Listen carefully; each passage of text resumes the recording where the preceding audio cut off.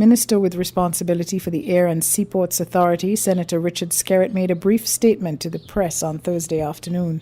It took place in the berthing area of the Port Zante cruise pier when a small motor vessel capsized, resulting in the deaths of the two persons on board, Mr. Rudolph Dowell Daniel of Ponds Extension and Mr. Maxwell Brown of New Road.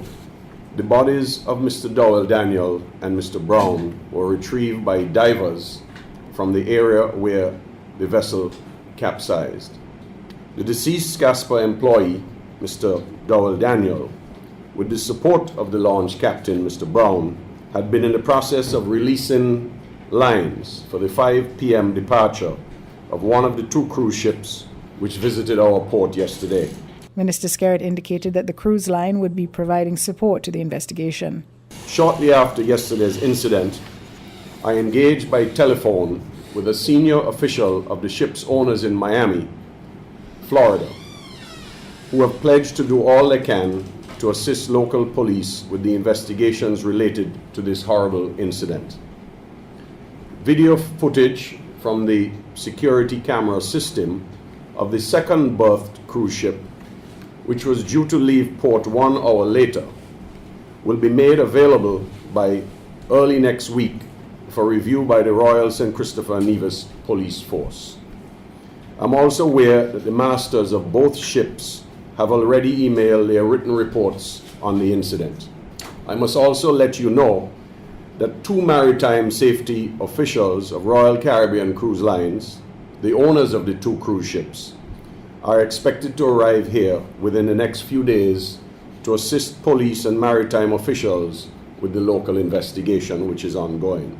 Eyewitnesses say that the ship either clipped the smaller vessel or it was struck by a rope.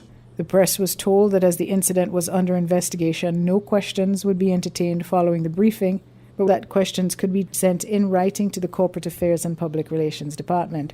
As such, WinFM has written to the authority to inquire about, among other things, the training of pilots at the port, whether the pilot in the wheelhouse on Thursday afternoon had given full clearance for the boat to pull away from the berth, and what procedures are used before a vessel unberths. Meantime, at Thursday's press briefing, Minister Skerritt also gave an update on the investigation into the death of scaspa maintenance worker Askio Farrell, also known as Askio Williams, whose body was found in an elevator shaft at the RLB airport on Sunday. Mr. Williams had last been on scheduled duty for scaspa on Friday and had been reported missing over the weekend by his family.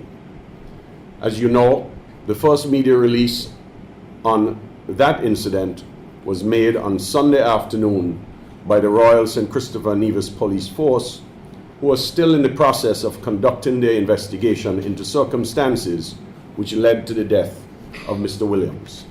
An autopsy conducted on Sunday indicates that he died from trauma due to crushed ribs.